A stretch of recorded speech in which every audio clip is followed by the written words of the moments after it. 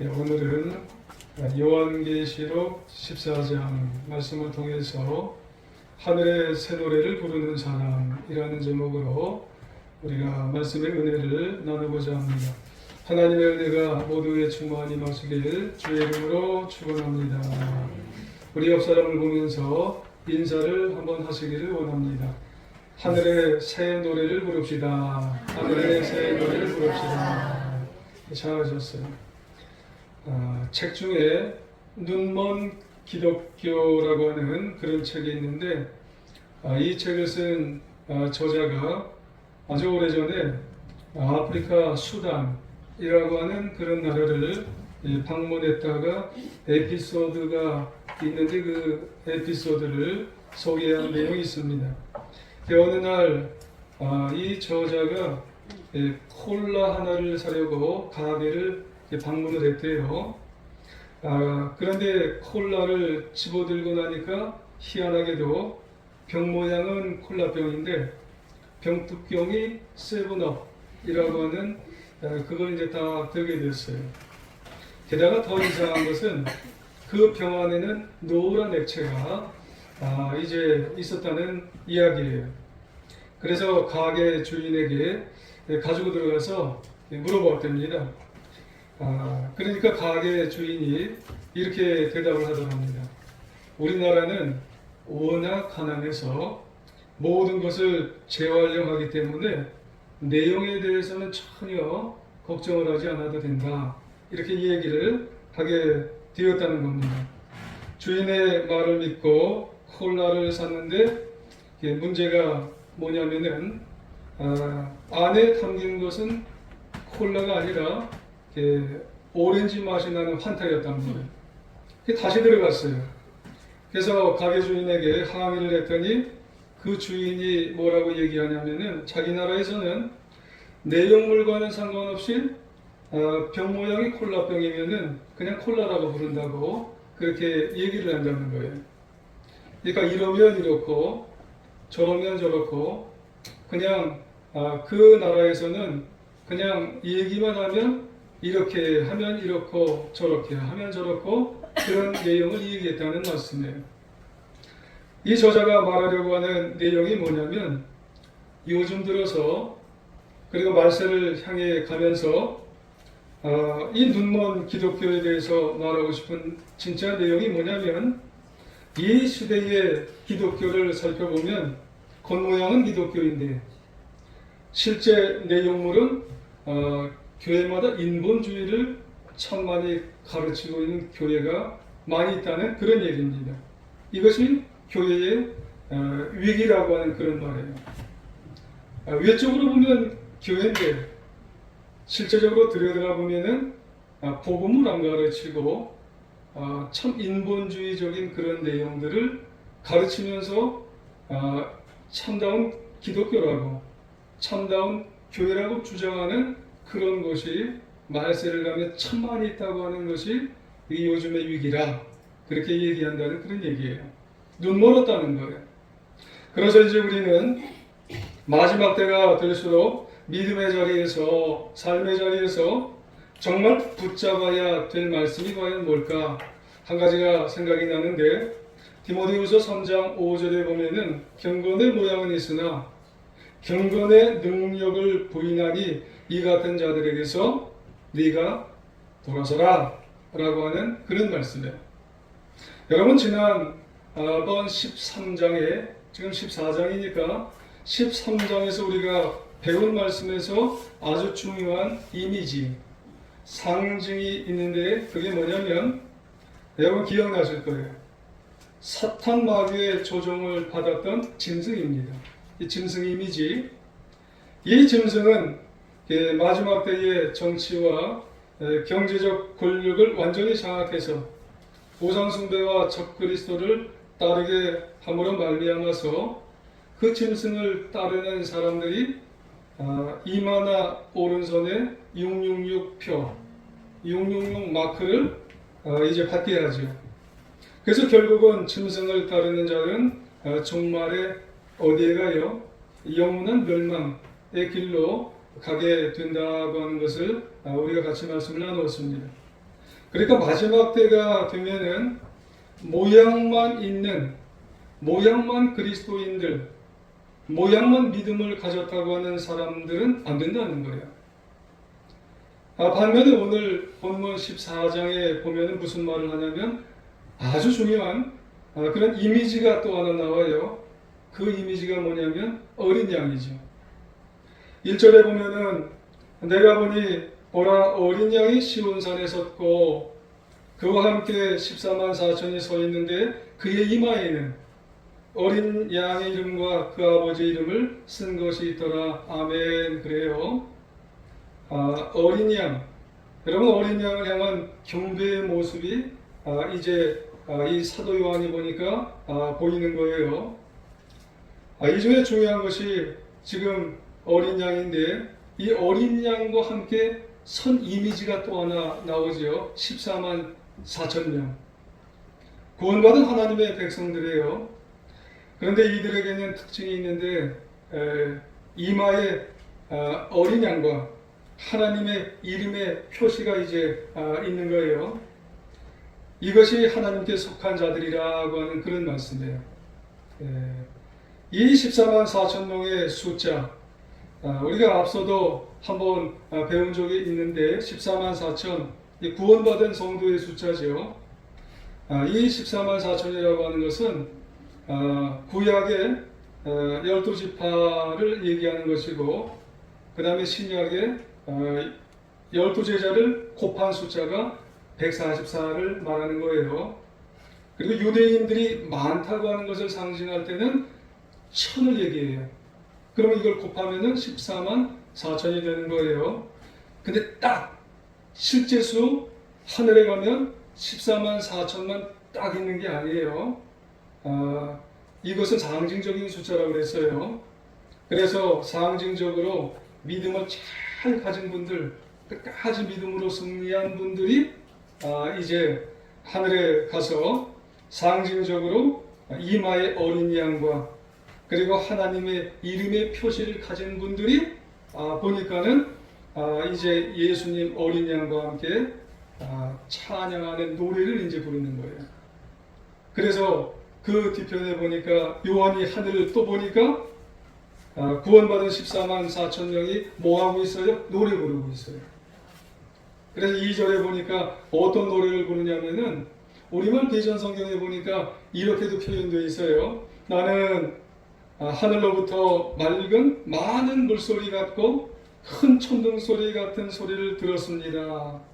내가 들은 그 소리는 하프 켜는 사람들의 하프 소리 같았습니다. 그래요. 우리가 읽은 개혁 성경의 개정개혁에는 검은고 소리 같다고 얘기했는데 우리말 비전 성경에는 하프 소리 같아요. 드르르르르 하는 그 하프 소리 같은 그런 소리가 14만 4천 명의 그런 하나님을 찬양한 노래가 막 들리는 거예요. 그런데 이 중요한 사실이 뭐냐면은 이 새 노래를 부르는 사람은 어떤 사람만 부를 수 있냐면 구원받은 사람만. 다른 사람은 부를 수 없어요. 오로지 14만 4천 상징적으로 구원받은 14만 4천만 부를 수 있어요. 다른 사람은 절대로 부를 수가 없어요. 그래서 믿음으로 구원받은 사람 거기에 들어가야지만이 부를 수가 있다는 거예요. 그렇다면 여러분 우리는 나중에 거기에 불러야 되는데 그 수에 들어가야 되는데 어떻게 해야 될까요?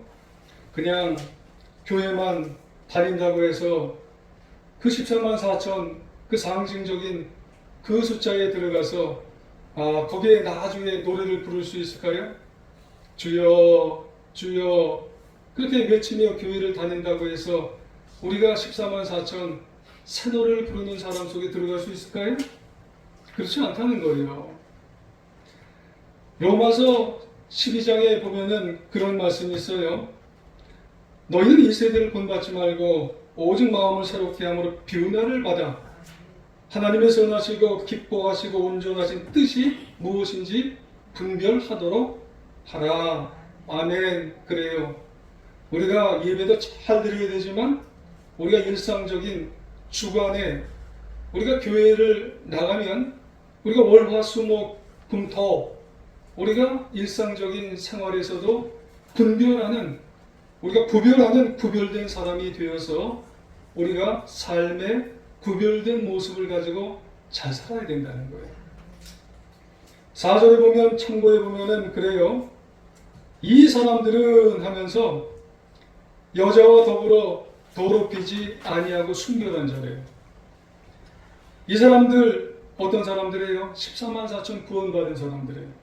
여자와 더불어 더럽히지 아니한 순결한 자들이 되어야 새로운 노래를 부를 수 있다는 말이에요. 그럼 여기 여자가 누굴까요? 여자를 계시록의 상징의 의미로 보면은요, 세상이에요, 세상. 세속성을 상징하는 거예요. 세상에 빠져 살지 말라는 그런 의미죠.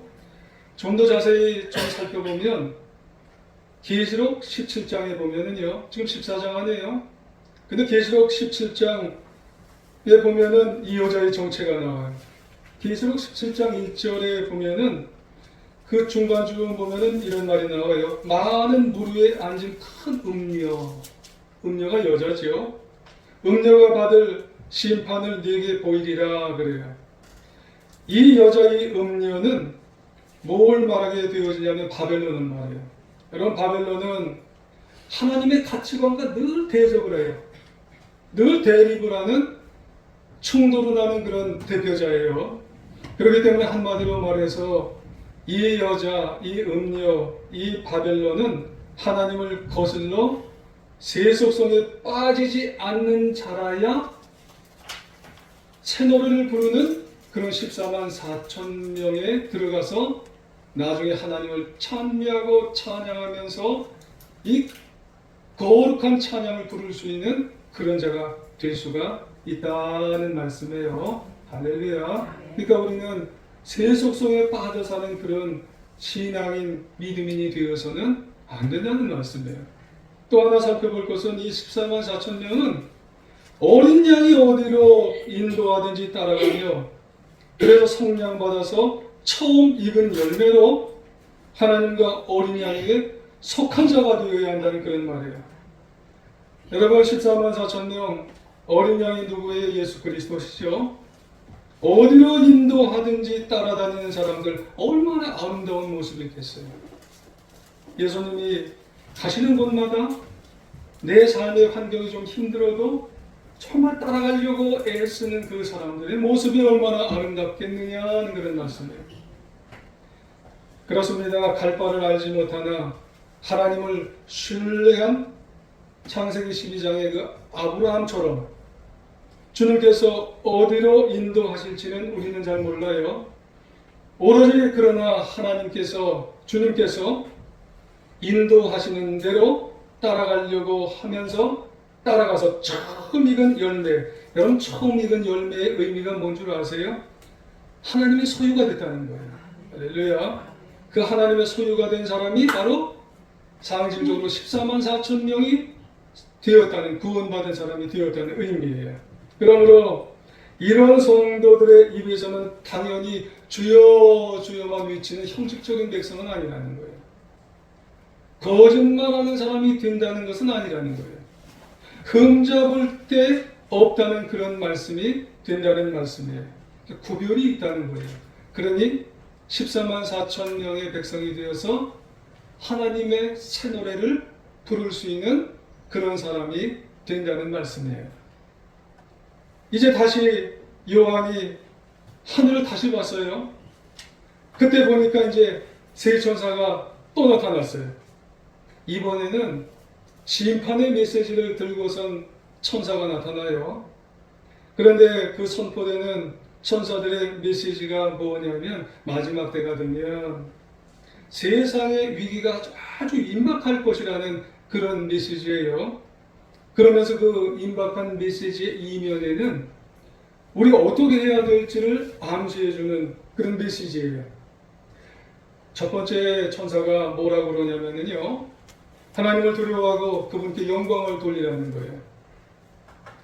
하늘과 땅과 바다와 물들의 근원을 만드신 분이기 때문에 경배하라는 거예요. 왜요? 그분의 심판대가 이르렀기 때문에 그분께 경배하라는 그런 말씀이에요. 그러니까 두 번째 천사가 또 나타나요. 자기의 음행으로 만든 진노의 포도주를 모든 민족들에게 마시게 한 큰 성 바벨론이 무너졌다. 무너졌다. 두 번을 언급하는 거예요. 여러분, 두 번을 쓴 이유가 뭐냐면, 여러분, 한 번 말고 두 번 하면은 무슨 의미냐면 확실하다는 거예요. 여하튼 바벨론은 분명히 무너졌어요. 근데 좀 의심스러운 건 뭐냐면, 우리가 교독을 해서 같이 읽어봤지만 무너졌다. 무너졌다. 여러분, 과거형으로 표현됐어요. 아니, 어떻게 바벨론은 저 미래에 무너질 건데 무너졌다고 과거형으로 표현이 되어 있는 거예요. 이걸 예언적 과거라고 하는 거예요. 예언이 됐는데 분명히 무너졌어요. 여러분, 과거 동사로 썼어요. 앞으로 이르지만 하나님을 대적하는 모든 세속성, 여러분, 기필코 하나님은 무너뜨린다고 하는 그런 말씀이에요. 그러니까 멸망할 세상과 함께 멸망하지 않기 위해서는 하나님만 진정으로 붙드는 믿음의 성도, 믿음의 그리스도인으로서 살아가야 된다는 그런 말씀을 하게 된다는 말씀이에요. 여러분, 저나 여러분이나 멸망할 것을 붙들고 살아가지 않는 주의 자녀들 되시길 부탁을 드리겠습니다. 세 번째 천사가 또 나타나요. 누구든지 짐승의 표를 받는 자는 조금도 희석되지 않는 강렬한 하나님의 진노의 포도주를 마시게 되어서 불과 유황으로 고난을 받게 된다는 말씀이에요. 여러분, 이 고난이 뭐냐면 밤낮 쉼이 없는 고난이 마지막 때 가면 온다는 거예요. 아니, 고난도 좀 쉬었다가 오고 쉬었다 오면 그래도 받을만 하잖아요. 근데 마지막 때 오는 고난은 쉼이 없는 불의 고난, 쉼이 없는 유황의 고난이에요. 그래서 천사가 말하기를 하나님의 계명과 예수님에 대한 믿음을 지키는 성도에게는 반드시 뭐가 필요하다고 얘기해? 인내가 필요하다는 거예요. 그렇기 때문에 타협하지 말라는 거예요.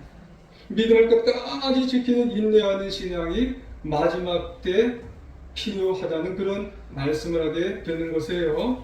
이런 신앙이 필요한 이유, 이 사람이 14만 4천에 들어가서 이 사람을 그의 이마에 어린 양의 이 이름과 하나님의 이름을 붙이셔서 노래를 부를 수 있도록 만들어 주시겠다는 그런 말씀이에요. 할렐루야. 그리고 난 다음에 이 요한이 하늘을 또 바라보는 거예요. 이번에는 추수의 장면이 나타나는 거예요. 마지막 심판에 쫙 펼쳐지면서 추수의 장면이 나타나며 하늘에 천사가 두 명이 나타나죠. 낫을 가지고 나타나요. 한 명의 천사는 머리에 금면류관을 쓰고 날선 낫을 들고 흰 구름 위에 앉아 계신 인자 같은 그런 분이라고 했어요. 여러분, 인자 같은 분이 누구예요? 예수 그리스도시죠. 그런데 이 구름 위에 앉아 계신 주님이 낫을 땅에 슉 하고 휘둘렀어요. 그러니까 땅에 다 익은 곡식. 여러분, 다 익은 곡식을 우리는 뭐라 그래요? 알곡. 여러분, 알곡을 거두어드려요. 15절 하반부에 참고해 보시면 땅에 곡식이 다 익어 거둘 때가 이르렀음이니라. 다 익은 곡식은 알곡을 거둘 때가 다 왔다는 거예요. 여러분, 이 알곡은 저 들판에 있는 그런 곡식이 아니에요. 믿음으로 다 익은 이 우리의 믿음의 알곡을 거둘 때가 온다는 그런 말씀이에요. 그러니까 주님께서 마지막 때에 알곡인 성도, 알곡 그리스도인들을 거둬들이는 그 아름다운 장면을 지금 우리가 연상하시면 되는 거죠. 그러니 다 익은 곡식 알곡은 믿음을 끝까지 인내하는 마음을 지킨 그 구원받을 성도들을 다 가리키는 거예요. 결국 주님은 이들 알곡 백성을 다 거두어서 어디로 거두어드릴까요? 천국 창고로. 할렐루야. 천국 창고로 거두어드리는 거예요. 근데 또 다른 천사가 나타나요. 이 다른 천사도 예리한 낫을 가지고 나타나는 거예요. 그런데 그때 그 예리한 날선 낫에 익은 포도송이에요. 이번에는 이 포도송이가 추수가 되어서 하나님의 진노의 포도주 틀에 다 던져지는 거예요. 포도주 틀인데 진노의 포도주 틀에 던져지는 거예요. 근데 생각해 보면 포도주가 주렁주렁해지면 그냥 너무 좋을 것 같은데, 아니 포도주가 과연 왜 진노의 포도주 틀로 빠지게 될까 생각이 들어요. 요엘서 3장 13절에 보면은요, 너희는 낫을 쓰라, 곡식이 익었도다, 와서 밟을지어다, 포도주 틀이 가득히 차고 포도주 독이 넘치니 그들의 악이 크미로다, 이렇게 말씀을 하세요. 여러분, 여기서 포도주가 뭘 상징하냐면 죄인을 상징해요. 악인을 상징해요. 그러니까 단순히 이 죄인, 악인, 이런 죄인, 악인이 아니라 여기서 계시록이 말씀하시는 것은 뭐냐면 회개를 거절한 죄인, 죄의 사함을 받지 못한 그런 악인을 상징하는 거예요. 마지막 때가 가면 갈수록 정말 좀 회개하고 돌아와야 되는데 그것조차도 하지 않은 아주 그런 악독한 회개 못한 악인이 나중에는 천사가 나타나서 예리한 낫으로 그 날선 검으로 이 낫으로 친다는 그런 말씀이에요. 결국 그 틀이 밟혀지면서 엄청난 피가 나온다는 거예요. 온 땅에 퍼지는데 그렇게 피가 퍼진 면적이 얼마나 되냐면 마지막 구절, 마지막에 가면은 1600 스타디움. 여러분 20절 천고에 보면은 맨 마지막에 1600 스타디온에 퍼졌더라 그래요. 여러분, 이 길이가요, 이스라엘 남쪽에서 이스라엘 북쪽까지의 그런 길이 정도가 된답니다. 이것을 다시 우리가 의미적으로 보면은 여러분 온 세상을 말해요. 아주 혹독한 심판이 온 세상에 이제 퍼져나가게 된다는 그런 말씀입니다. 그러면 여러분, 우리는 여기서 어떻게 될까요? 우리 자신에게 두려우면서도 아주 조심스럽게 질문을, 아주 중요한 질문을 한번 해봐야 되겠지. 나는 그렇다면 천국 창고에 거두어들여질 알곡이냐, 아니면은 술틀에 던져져서 정말 진노의 포도송이로 던져질 알곡인지 한번 우리 생각해 봐야 된다는 거예요. 그리고 마지막은 점점 가까우는데 우리 주변의 포도송이의 이웃들은 과연 누구인가? 우리가 한번 생각해 봐야 된다는 거예요. 우리 형제 자매 중에, 그리고 우리가 아는 사람들 중에 과연 알곡일지 아니면은 진노의 포도송이로 들어가야 되는 그런 정도로 우리가 생각해 보는 사람은 과연 누구일지. 여러분 인생에 여러 한계가 여러분 있잖아요. 하지만 영원한 하늘나라 저 천국은 영원히 여러분 믿음을 가지고 여러분 살아가면 영원하다고 하는데, 여러분 우리가 가야 할 곳은 과연 어디인가 우리가 생각을 해봐야 된다는 거예요. 여러분, 절대로 알곡과 진노의 포도주 사이에는 중간지대가 없어요. 세상을 살아가다 보면은 중간지대에 서서 이리 가면 되지, 저리 가면 되지, 우리가 이렇게 중간 흑색지대에 잠깐 서볼 수도 있어요. 하지만 여러분, 알곡과 포도 송이 사이에는 나중에 마지막에 가면은 그때는 중간지대가 없다는 거예요. 어떻게 하겠어요? 그러므로 만약에 자신이 알곡 성도라고 하는 확신이 없다면 회개하고 돌이켜야 된다는 거예요. 여러분, 주변의 형제, 자매, 이웃에게는 예수님 때문에 비난을 받을지언정 그러므로 예수 그리스도 어린 양을 증거해야 된다는 거예요.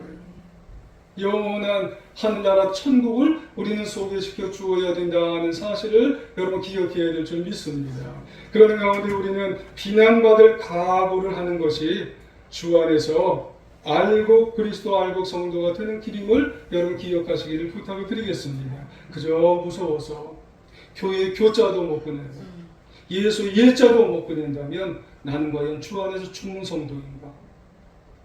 그렇습니다. 어디서는 커피 한 잔 사놓고 1시간도 좋고 2시간도 좋고 정말 반나절도 호호하하 그냥 얘기를 다 해내요. 근데 만약에 내가 복음 전도하라고 정말 내가 가까운 사람에게 얘기를 예자 한번 못 꺼낸다면은, 무서워한다면은 그 사람은 신약한 성도예요. 나약한 성도예요. 정말 내 남편이, 내 아내가, 내 형제가 예수 한번 꺼내려고 하면 관도. 이렇게 할 때 무서웠다면은 그 사람이 과연 주 안에서 죽을 성도인가? 그 사람이 과연 나중에 14만 4천에 올라가서 난 내 마음 갖고는 부르려고 하지만은 과연 그거 한번 못 꺼낸다면은 내가 정말 14만 4천에서 검은 것 하는 노래를 과연 내가 부를 수 있단 말인가? 모른 채 하고 넘어간다면 나는 나약한 성도고 침약한 성도라는 사실을 여러분 우리 한번 생각해 봐야 된다는 거예요. 얼마 전에 새벽 기도회 때 여러분 모세 오경 중 민수기 말씀을 한번 배웠어요. 민수기 14장에 보면은 이스라엘 백성들이 가나안 땅에 들어가기 전에 정탐꾼을 보냈잖아요. 근데 10명의 정탐꾼을 먼저 보냈는데 10명의 정탐꾼이요 부정적인 보고를 하게 되니까는 이스라엘 백성들이 뭐라고 그러는 줄 알아요? 우리는 죽었다고. 믿음 없는 그런 소리를 듣고 나서 그 많은 사람들이 이제는 우리는 다 죽었다고 그러면서 불평하고 불만하고, 그래서 10명의 정탐꾼을 다 그냥 정말 쫓아가게 되었던 그런 모양이 있었어요. 그러니까 2명의 정탐꾼은 그 소리를 듣고 아무 말 못했나요? 2명의 정탐꾼은요 여호수아와 갈렙인데 강한 믿음을 가지고 내가 죽으면 죽으리라 변치 않은 믿음을 가지고 담대하게 10명의 정탐꾼 앞에서 어찌 보면 그 많은 그 200만 300만이 되는 많은 사람들 앞에 나아가서 규모는 작아도 모함과 협박을 받을 수 있어도 해코지를 당하는 한이 있어도 심약하지 않았어요. 끝까지 믿음을 가지고 여호수아와 갈렙은 나아가서 우리는 가나안 땅을 들어갈 수 있다.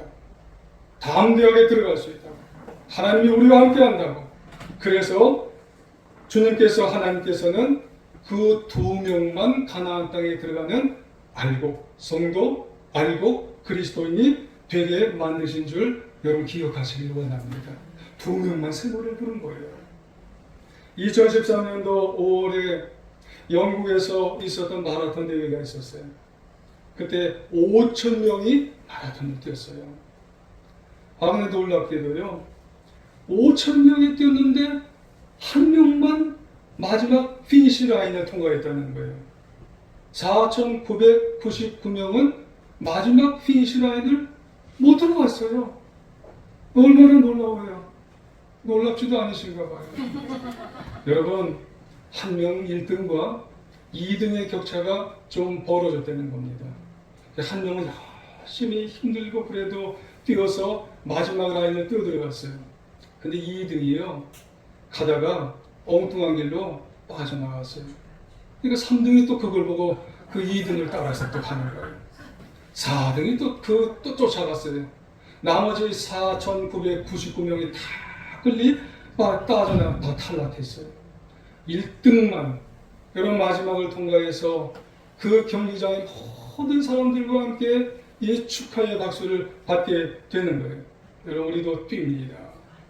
우리도 인생에 그런 마라톤을 뛰고 믿음도 뛰고 신앙도 뛰어가요. 나중에 보면은 앞서 말씀드린 것과 마찬가지로 병모양은 그리스도인이에요. 병모양은 성도님이에요. 그 내용은 어느 때 보면은 이제 타협을 하고 어느 때 보면은 중간지대에 있고, 여러분 이러다 보면은 우리는 마지막에 노래 부를 수 있나요? 형식적인 눈먼 기독교인이 눈먼 그리스도인이 마지막에 우리가 하나님의 그런 새 노래를 우리가 부를 수 있나요? 믿음의 확신이 있어야 돼요. 인내하는 모습이 있어야 돼요.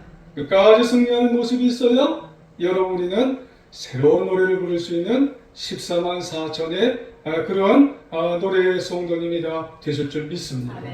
그러기 위해서 어린 양 예수님이 어디로 가시든지 끝까지 여러분 달려서 여러분 이마에 하나님의 어린 양 예수님의 그런 마크를 다 붙여서 결국 승리하는 새 노래를 부르는 우리 제일중학교의 성도님들 다 되시기를 간절히 주의 이름으로 축원합니다. 우리 한번 기도 한번 하겠습니다.